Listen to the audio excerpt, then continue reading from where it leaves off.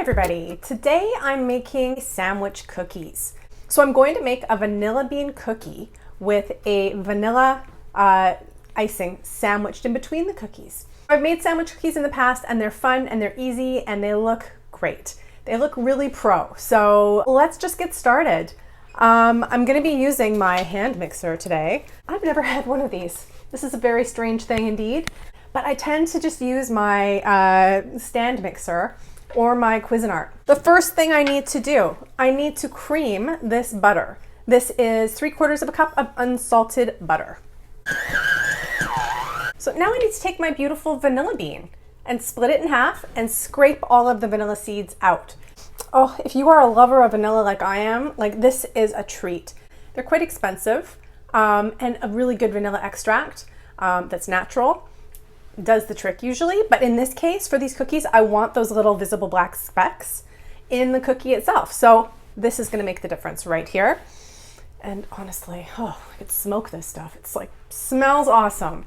So let's cut it open. I find it's easiest to just start kind of in the middle of the pod and cut outwards rather than trying to start on the end.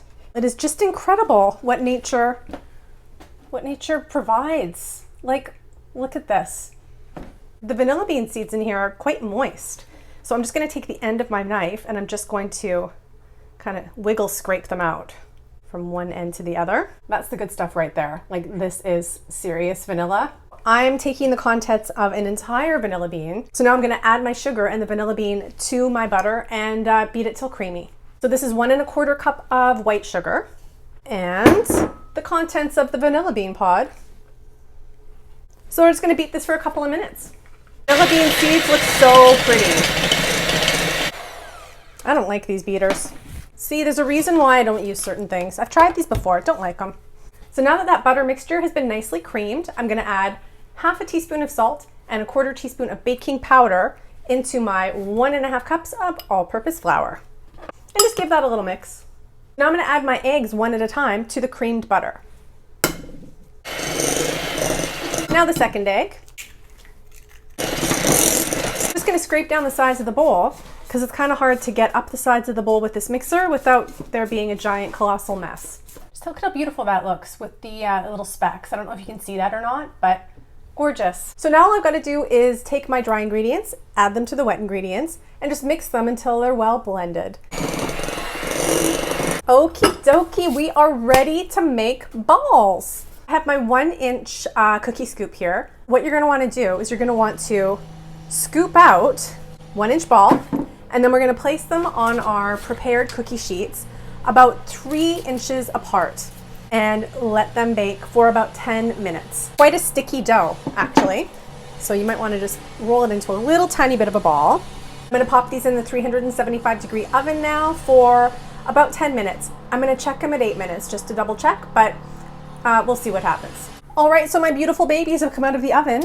Look at them. They look absolutely wonderful. Very excited. They look exactly the way I thought they would. So yay for that. So my beautiful cookies are all out of the oven now and we're ready to ice. I'm in the process right now of being cookie matchmaker. So I'm just finding cookies that look about the same size to match them up so that they'll be a perfect little sandwich. If you look really close at the cookie, you might be able to see little tiny black specks. Those are the vanilla bean seeds. This is approximately how dark you would like your bottom to be. You really want these cookies to be golden brown enough so that it keeps its structure, so that when you bite into the sandwich cookie, it's not going to just break apart. But you also don't want it to be too brown so that it is crunchy. So I think I got a pretty good golden situation happening here. So I'm happy with that. What I'm going to do now, I'm going to make this icing. So I have just a little medium bowl here, and I'm simply just going to mix this together with my little spatula thing. So I've got 3 tablespoons of unsalted butter, very room temperature. Like, we want this to be nice and soft. So really nice creamy butter. So now I'm going to add my 1 1/2 cups of icing sugar. I've got 1 1/2 teaspoons of pure vanilla extract right here. So I'm just going to add that in right now and just give this a nice mixy mix. And what I'm going to do is I'm actually going to add some oat milk to thin it out to a really nice spreadable consistency for the sandwiches. All right, so I'm gonna add just a little bit of milk. I've got a couple tablespoons here. I'm just gonna add half of that. And it's really just adding a little bit at a time so that you get the right consistency. So what you want is you want it to be spreadable enough that you can easily spread it on the cookie, but not runny. You don't want icing running out the sides. So if you look at mine, you can see it's thick enough, but smooth. Yum. So what I have here as well are 2 beautiful bowls of sprinkles. I have these silver balls that I can't resist. I have to use them in almost everything. I love them. I love them.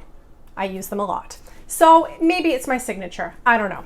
All right, so what you want to do here is you want to take a blob of icing on your little knife. I really like this one because it's flexible. So it's my little plastic spreading spatula. And you want to put enough icing on there so that some of the icing is going to bulge out the side of the cookie, because I'm going to roll the cookie into these sprinkles. And I want there to be enough icing on there so that the sprinkles have something to hold on to. Do the sandwiching part here. Just squish it. I'm just squishing it just ever so slightly so that a little bit of icing is bulging out. Now I'm going to take my bowl of sprinkles and I'm just going to roll it around. And then that's what my finished cookie looks like. It looks like a little beautiful clamshell. I just think these are beautiful. I haven't tasted one yet, so maybe I should do that.